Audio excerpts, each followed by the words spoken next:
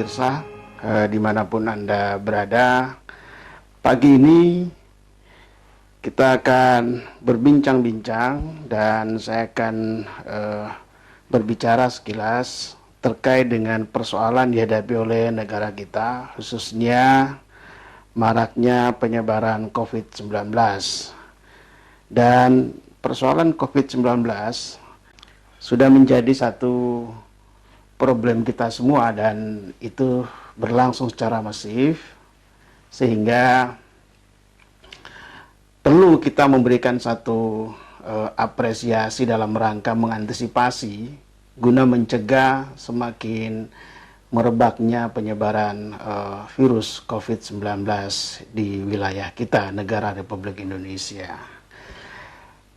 Saudara pencinta Caraka TV yang berbahagia, satu hal yang menarik yang perlu kita cermati adalah satu kasus terkait dengan adanya korban yang meninggal karena dampak daripada COVID-19 itu. Beberapa hari yang lalu kita mendengar dan menyaksikan di beberapa daerah, terutama di wilayah Jawa Tengah, khususnya di Semarang, Kabupaten Semarang. Ada satu perawat yang meninggal dunia karena sebagai korban COVID-19 itu. Ketika akan dilakukan pemakaman, ternyata mendapatkan penolakan dari beberapa tempat di wilayah masyarakat yang bersangkutan.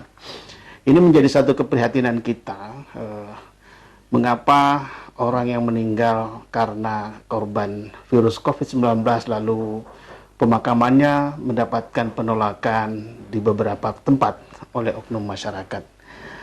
Dalam persoalan ini saya melihat bahwa sesungguhnya persoalan penanganan seseorang yang meninggal dunia, apapun jenis penyakit yang dialaminya, termasuk sebagai korban virus COVID-19, seharusnya korban yang meninggal tersebut menjadi kewajiban manusia, khususnya umat Islam, untuk memberikan pelayanan, untuk memberikan perawatan sampai dengan pemakaman yang bersangkutan dengan sebaik-baiknya.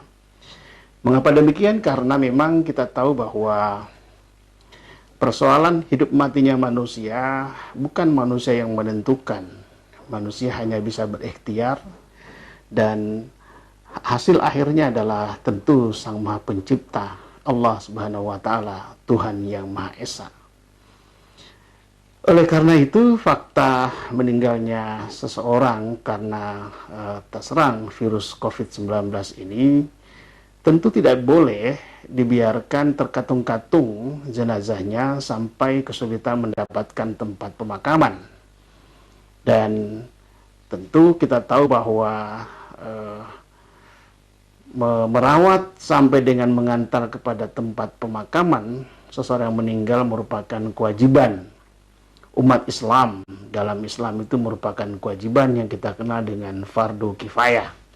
Artinya kalau ada jenazah yang tidak dilakukan proses sebagaimana yang diatur dalam hukum Islam, dalam ajaran agama, tentu semua akan terkena dampak, akan terkena akibat buruk bagi sekelompok manusia yang tidak memberikan pelayanan dengan baik kepada jenazah tersebut sampai mengantarkan ke tempat pemakaman terakhir. Dengan demikian maka adanya kasus seorang perawat yang meninggal karena terkena virus corona COVID-19. Lalu petugas, pemerintah, masyarakat berusaha untuk melakukan pemakaman dengan sebaik-baiknya, tetapi mendapatkan penolakan dari sekelompok orang di lokasi di mana yang bersangkutan akan dimakamkan.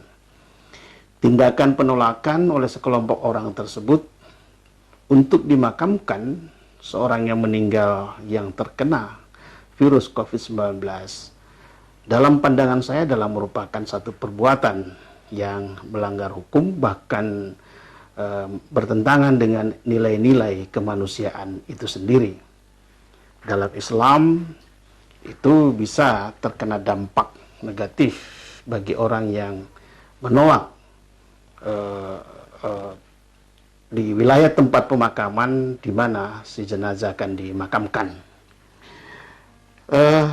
Ada beberapa hal yang bisa dikategorikan sebagai satu bentuk perbuatan pelanggaran terhadap orang atau sekelompok orang yang menolak jenazah yang meninggal karena terkena virus COVID-19 itu. Yang pertama, dalam pandangan Islam, tentu Islam memandang bahwa siapapun yang meninggal, apapun penyebab kematiannya, ya, dalam keadaan apapun kematiannya, apabila si jenazah itu fisiknya ada di tengah-tengah masyarakat, maka menjadi kewajiban masyarakat setempat untuk melakukan proses pemakaman sampai ke tempat pemakaman terakhir.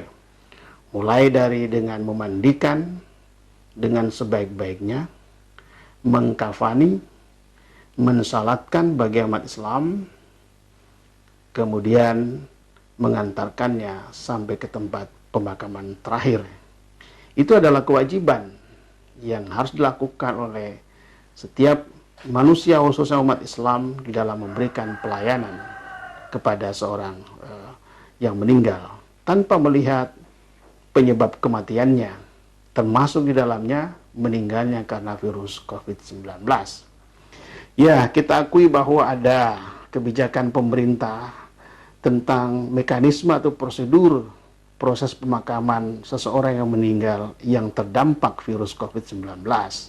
Tetapi bukan berarti keberadaan jenazah tersebut ditolak di beberapa tempat. Bahkan sebaliknya, harus dengan tangan terbuka masyarakat setempat menerima dan memberikan pelayanan untuk pemakaman dengan sebaik-baiknya.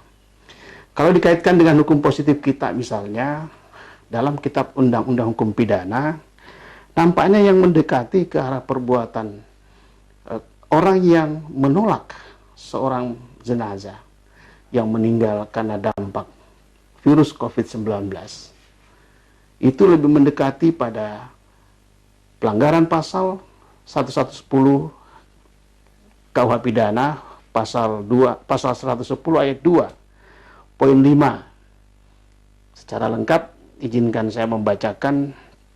Di dalam pasal 110 ayat 2, ya, poin 5 dinyatakan bahwa barang siapa atau pidana yang sama diterapkan terhadap orang-orang yang dengan maksud berdasarkan pasal 104, 106, 108 mempersiapkan atau memperlancar kejahatan. Di dalam poin 5, berusaha mencegah, merintangi atau menggagalkan tindakan yang diadakan pemerintah untuk mencegah atau menindas pelaksanaan kejahatan itu.